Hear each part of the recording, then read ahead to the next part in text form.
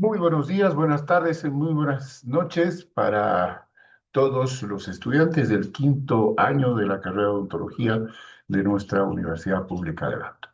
Un placer nuevamente volverlos a encontrar, volverlos a saludar y desde aquí un abrazo cordial. Espero que la situación pueda mejorar y seguramente podamos restablecer nuevamente nuestras actividades presenciales.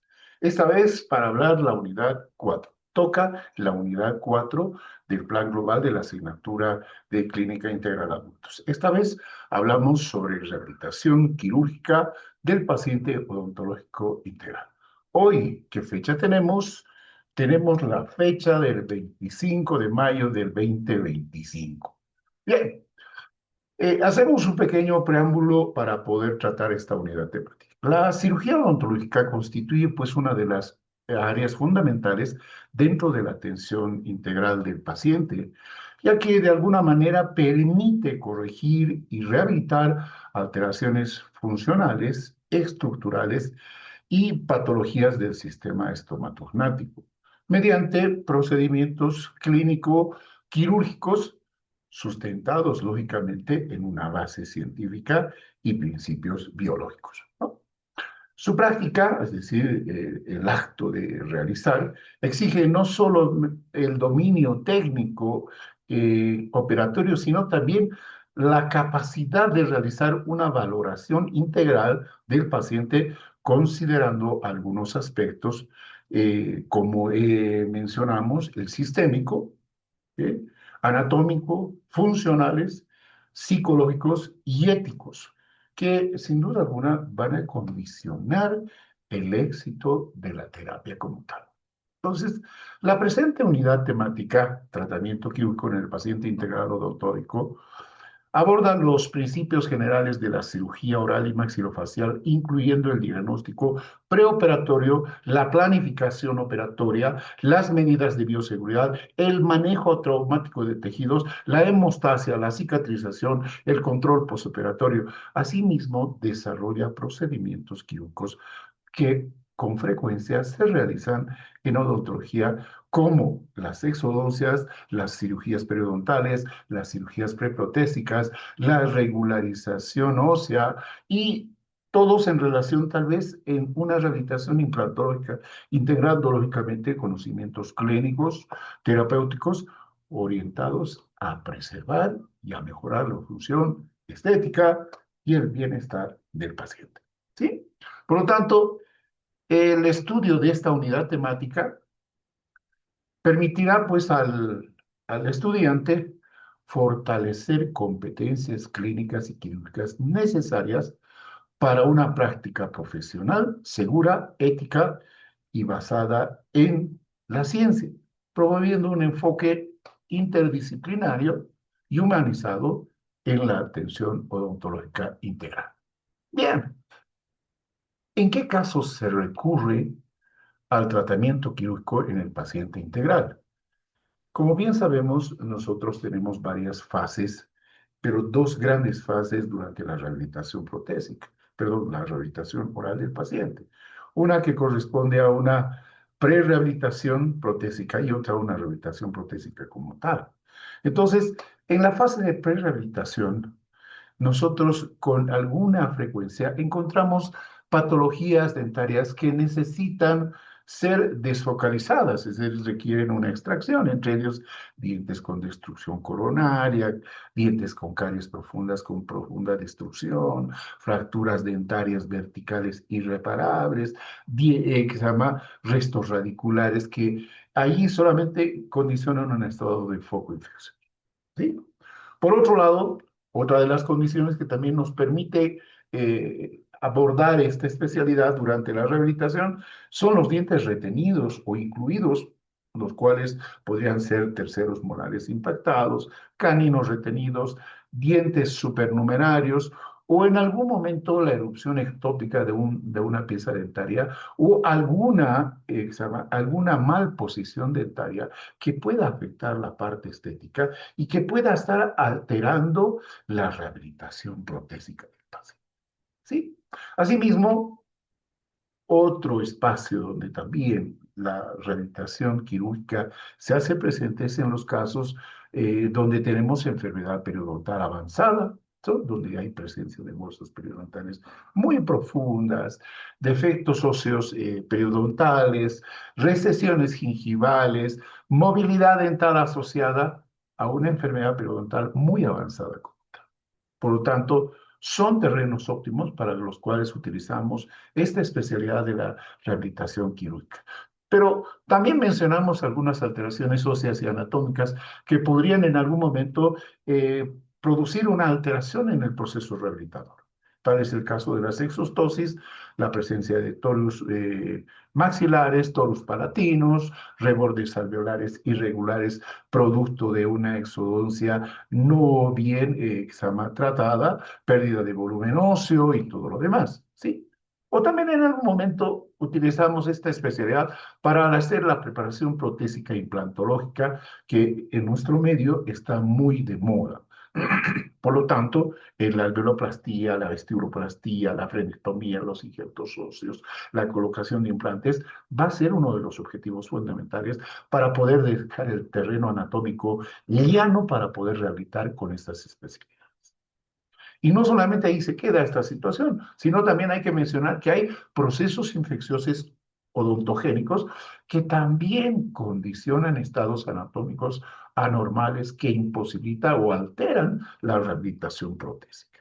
En estos casos, los abscesos dentoalveolares, las celulitis odontógenas que muchas veces están presentes o alguna vez el drenaje quirúrgico de algún proceso infeccioso crónico que se encuentra alojado ya en los tejidos.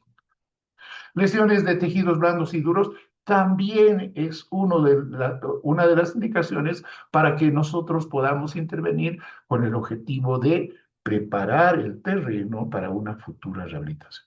Es el caso de la eliminación de quistes odontogénicos, posiblemente tumoraciones benignas, hiperplasias fibrosas, lesiones traumáticas o reactivas, etcétera, etcétera, etcétera. ¿Sí? Y también lesiones producidas por traumas bucofaciales o bucomaxilofaciales, como el caso de fracturas alveolares, luxaciones dentarias, que se llama compromisos funcionales posterior al trauma, etcétera, etcétera. O pacientes con requerimiento sistémico especial, ¿no?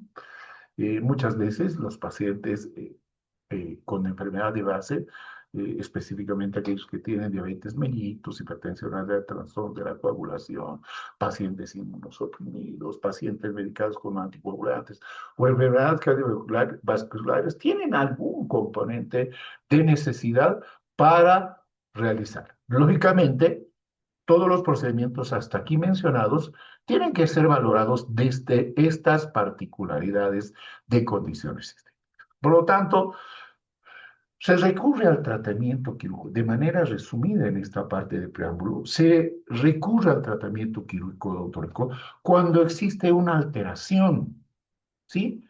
Dentoperiodontal ósea infecciosa funcional que requiera una intervención quirúrgica para restablecer la salud, prevenir complicaciones y el objetivo fundamental por el cual estamos, rehabilitar integralmente al paciente considerando siempre sus condiciones sistémicas y necesidades. Verán ustedes cuán importante es el tema de la rehabilitación protésica. Por lo tanto, es una de las áreas fundamentales, ¿sí? Es una de las áreas fundamentales que va a permitir regularizar, remodelar, reconstruir y eliminar los elementos no aptos para un proceso de rehabilitación. Entonces, desde esta perspectiva, el estudio de esta unidad va a permitir fortalecer estas competencias clínicas que necesariamente nosotros tenemos que hacer uso. Bien, dentro de las competencias generales que esta unidad temática está solicitando es que una vez culminada la unidad temática, el estudiante de quinto año integra conocimientos científicos, clínicos, quirúrgicos para diagnosticar, planificar y ejecutar los procedimientos quirúrgicos odontológicos en un paciente integral, aplicando siempre los principios de bioseguridad, manejo sistémico, técnicas operatorias con criterio ético, enfoque preventivo, funcional y rehabilitador. ¿Sí? Ese es el objetivo general. Pero para esto, ¿qué es lo que vamos a hacer? Para alcanzar esa competencia general, vamos a valorar integralmente al paciente odontológico mediante la anamnesis, el examen clínico, los estudios complementarios, identificando condiciones sistémicas y locales que puedan en algún momento afectar o influir en el tratamiento quirúrgico. ¿Sí? Dos, vamos a aplicar principios básicos de la cirugía, como son la asepsia, antisepsia y la bioseguridad durante el acto quirúrgico para prevenir infecciones y garantizar el éxito y la seguridad del procedimiento como tal. ¿Sí? Tercero, vamos a seleccionar y ejecutar técnicas quirúrgicas odontológicas básicas y complementarias, ¿no? Considerando siempre un diagnóstico, la indicación, la contraindicación y el estado del paciente, ¿sí? Vamos a, durante el procedimiento, realizar el manejo atraumático de los tejidos blandos y duros, aplicando técnicas de acceso, hemostasia, sutura, para favorecer la reparación tisular. Quinto, nosotros, una vez que hemos culminado, nosotros tenemos que planificar y ejecutar el control postoperatorio y seguimiento clínico, promoviendo una recuperación adecuada y previniendo complicaciones. Y sexto, tenemos que actuar con responsabilidad ética y criterio profesional en la toma de decisiones dentro del abordaje integral odontológico. ¿Sí? Entonces, ¿qué es un tratamiento quirúrgico en la rehabilitación integral del paciente odontológico? Es un procedimiento o son procedimientos que están destinados a corregir, a rehabilitar, ¿qué cosa? Las alteraciones de los tejidos blandos y duros del complejo bucomaxilofacial. ¿Sí? Integra diagnóstico clínico, radiográfico, sistémico y funcional. ¿Cuál es el objetivo? Ojo, ojo, mucho ojo con esto. ¿Cuál es el objetivo del tratamiento quirúrgico de la rehabilitación integral del paciente odontológico? Aplicar principios y procedimientos quirúrgicos preservando función estética y seguridad del paciente. ¿Sí? En esta unidad vamos a ver diagnóstico integral preparatorio, asepsia, antisepsia, acceso quirúrgico adecuado, manejo traumático de tejidos, hemostasia, cierre y cicatrización. ¿Sí? El diagnóstico integral del paciente odontológico, sin duda alguna, es una etapa fundamental. Comienza con la visita del paciente, con la elaboración de la historia clínica, la elaboración de una historia clínica general y odontológica y la toma de los signos vitales.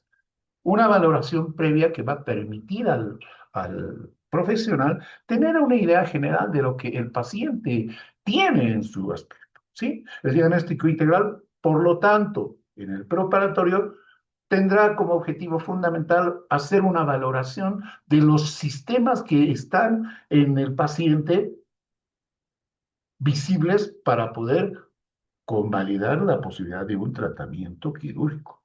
Entre ellos, ¿qué se debe valorar? Si el paciente tiene hipertensión arterial, si el paciente tiene diabetes mellitus, si tiene trastornos de la coagulación, si tienen enfermedades cardiovasculares, si hay alteraciones o trastornos de inmunosupresión, si usa el paciente antibióticos, si usa anticoagulantes. Por lo tanto, esa valoración nos va a dar una aproximación acerca del estado general del paciente. Mucho ojo, el motivo de consulta nos dice qué vamos a realizar. Las condiciones sistémicas nos dice cómo y cuándo lo vamos a realizar. ¿Por qué? Porque si se dice el caso de que el paciente tiene una condición sistémica, de ipso facto, la interconsulta se habilita. Mucho más aún todavía si el paciente no está controlado. Desde esa condición es importante valorar al paciente y saber si tiene o no tiene control médico por su médico tratante. En caso de que el paciente tuviera una condición sistémica cuyo tratamiento es estable, habría que solicitar la autorización al médico de cabecera para que éste pueda autorizar el procedimiento tomando en cuenta el conocimiento integral del paciente desde el punto del especialista que trata la enfermedad de base. Ojo, no por el hecho de que el paciente esté consumiendo sus medicamentos, nosotros muy alegremente vamos a llevar a realizar el procedimiento. Tenemos que hacer una valoración sistémica de las enfermedades de base que tuviese el paciente. Entonces, en ese aspecto, vamos desde esa perspectiva. Pero no solamente queda hasta ahí. Esta valoración sistémica también tiene una valoración preoperatoria. Como se van a realizar procedimientos cruentos, es importante saber el hemograma completo del paciente. Vamos a evaluar los glóbulos rojos, vamos a descartar posibles anemias, posibles eritrocitosis, vamos a valorar los glóbulos blancos para descartar infecciones y vamos a valorar las plaquetas para saber si existe una correcta coagulación o no. ¿Sí? Al mismo tiempo nos detenemos en esta última parte. ¿Por qué? Hay que realizar estudios de coagulación, ¿sí? Hay que medir el tiempo de protrombina, el tiempo parcial de protromboplastina, para asegurar que la sangre del paciente pueda realizar una coagulación adecuada en el tiempo correspondiente y evitar procedimientos o complicaciones inmediatas como la hemorragia, ¿sí? Conocer estos valores va a ser fundamental para dar el paso subsiguiente. Al mismo tiempo, para descartar cualquier condición sistémica ya analizada en la anamnesis, solicitaremos una bioquímica sanguínea, donde vamos a valorar la glucosa en sangre, vamos a medir el nivel de azúcar en la sangre, vamos a ver la filtración glomerular de los riñones, vamos a solicitar una creatinina y urea vamos a evaluar correctamente el funcionamiento de los riñones. Vamos a conocer el factor o el grupo sanguíneo para elegir si en un momento determinado necesitamos una transfusión, conocer de forma directa cuál grupo le corresponde. Y hay que realizar un EGO, ¿no? Para ayudar a detectar infecciones urinarias o problemas metabólicos que podrían o pudiesen estar en el cuentos. En algunos de los casos, cuando el paciente es femenino, hacer una prueba de embarazo para tomar los recaudos correspondientes y necesarios. Bien, una vez valorado el paciente en cuanto a su motivo de consulta, en cuanto a sus antecedentes de enfermedades sistémicas, en cuanto a su valoración que se llama por gabinete, nosotros realizamos un screening o una clasificación del estado del paciente. ¿Sí?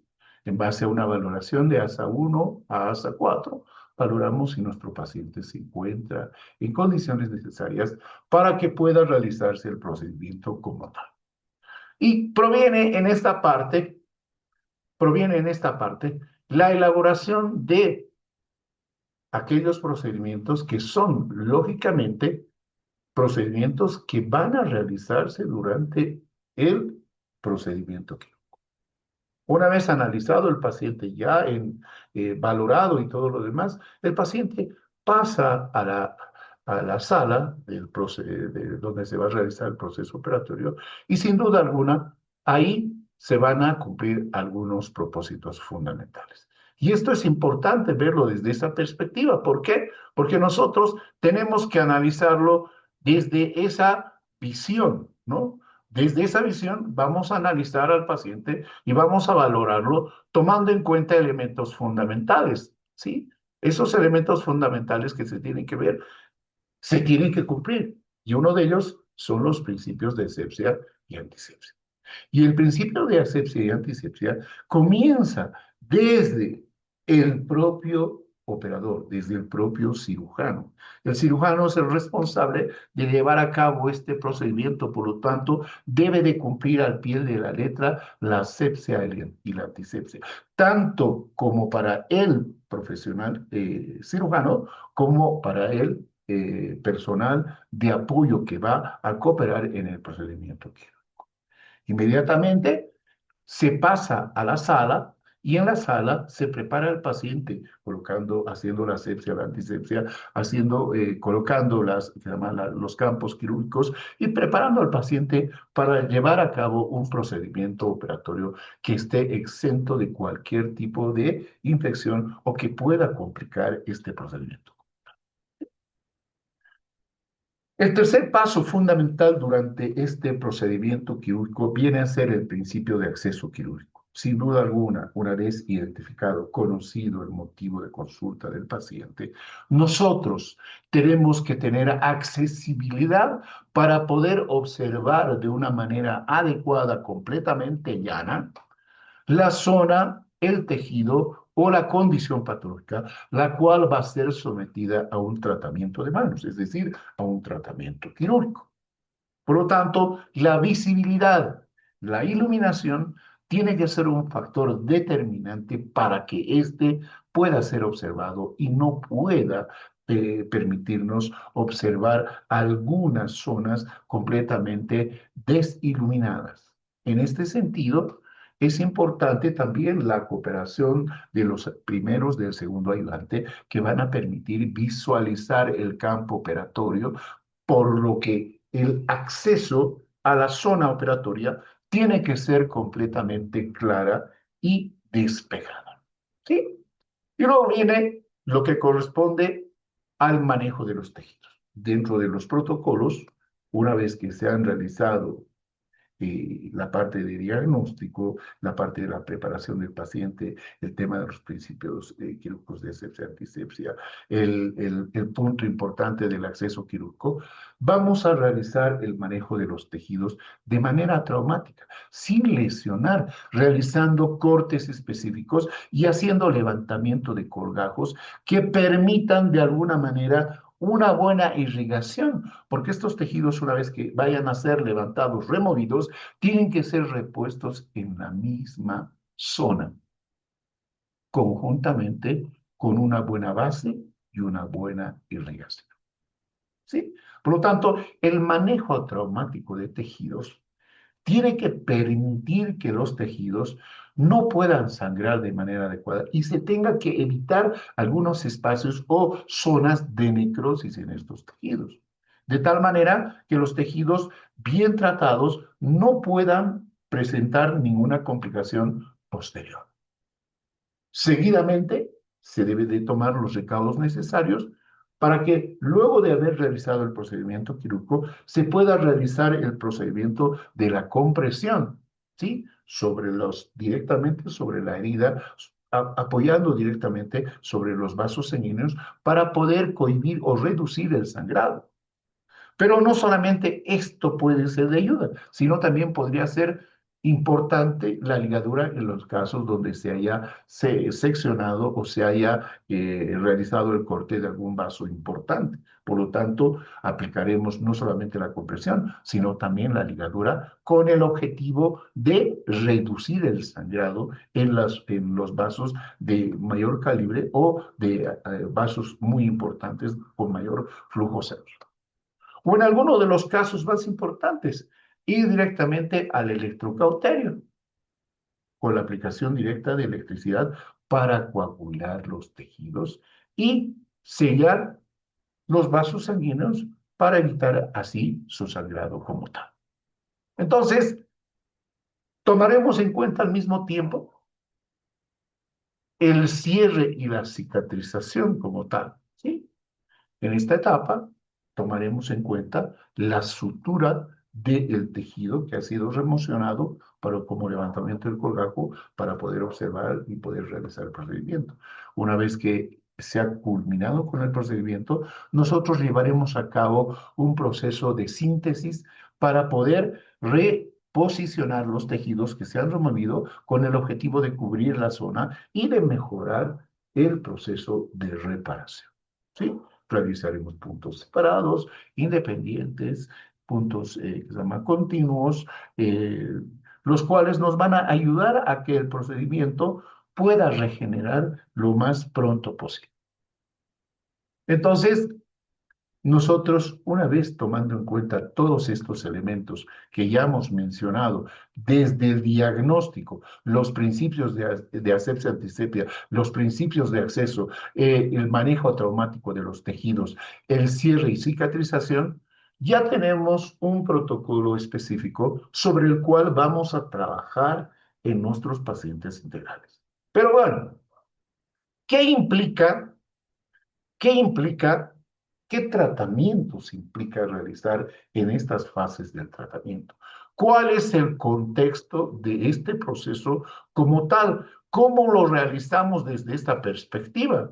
¿Sí? Desde la perspectiva propia de la cirugía, nosotros, sin duda alguna, tomamos en cuenta estos elementos, ¿sí? Pues el tratamiento quirúrgico está dedicado en esta área, en nuestra especialidad y en esta etapa de formación, a las exodoncias simples y complejas, extracciones de dientes retenidos, cirugía periodontal y preprotésica, cirugía implantológica y regularización ósea. Esos son los procedimientos sobre los cuales se van a trabajar y se van a trabajar de manera adecuada. Exodoncias simples donde definitivamente por motivos de rehabilitadores, por motivos de desfocalización o por motivos estéticos o por motivos ortodónticos o protésicos, propiamente dicha, se van a realizar la remoción de las piezas dentarias. Lo propio con las piezas dentarias retenidas, ¿sí? Es así que estos en algún momento determinado podrían afectar el proceso de rehabilitación. Otra de las indicaciones, la cirugía periodontal preprotésica. Muchas veces los pacientes que tienen enfermedades periodontales necesariamente tienen que ser sometidos a un procedimiento quirúrgico. ¿Para qué? Para poder regularizar o regenerar esos tejidos o realizar un injerto. Por lo tanto, estos tejidos, si bien están afectados o en algún momento determinado tienen alguna complicación durante su formación o durante su proceso, estos también tienen que ser remodelados. Bajo ese criterio, nosotros establecemos. Pero uno de los fines más importantes a los cuales se recurre a la cirugía en los pacientes que no tienen muchas complicaciones, tanto de tejidos blandos como de tejidos óseos, es la preparación del terreno anatómico para el implante dental. ¿Sí? Es fundamental porque debemos de regularizar o debemos de reconstruir el tejido para que éste pueda soportar y recepcionar un implante odontológico que pueda mejorar las condiciones de salud. ¿Sí? Muchas veces las alteraciones que se puedan presentar en la parte externa de los tejidos con rebordes completamente asimétricos, irregulares, producto de exodoncias pasadas, antiguas y todo lo demás, o producto de el crecimiento o el estímulo, como las famosas exostosis, también tienen que ser regularizados como un protocolo fundamental o preliminar para una rehabilitación protésica. ¿Sí? Entonces, es ahí, conociendo esta condición, a partir del cual nosotros vamos a tener las fases del tratamiento quirúrgico. ¿Sí? Vamos a cumplirlos al pie de la letra. ¿Sí? Y esta va a ser motivo para poder conversar la próxima clase. En estas fases del tratamiento vamos a hablar la evaluación diagnóstica, la planificación operatoria, la preparación del paciente, la intervención quirúrgica, el control postoperatorio, el seguimiento y mantenimiento del paciente. Entonces, los invito a cada uno de ustedes para que pues no se pierdan la siguiente clase y podamos hablar sobre esta temática que bien le va a hacer al conocimiento de cada uno de ustedes. Desde este lugar, un abrazo cordial y un agradecimiento particular a cada uno de ustedes por ese tiempo, por ese espacio y por la mente abierta que tienen para poderse ir formando y capacitando en esta noble tarea y en esta noble profesión que es la odontología. Un abrazo cordial desde acá para cada uno de ustedes y los espero la próxima clase para que podamos de alguna manera establecer esa relación de conocimiento para nuestras actividades cotidianas. Sin antes agradecerles nuevamente, quiero invitarlos a la próxima clase para que puedan participar de la misma. Tengan muy buenos días, muy buenas tardes y muy buenas noches. Un abrazo cordial para cada uno de ustedes.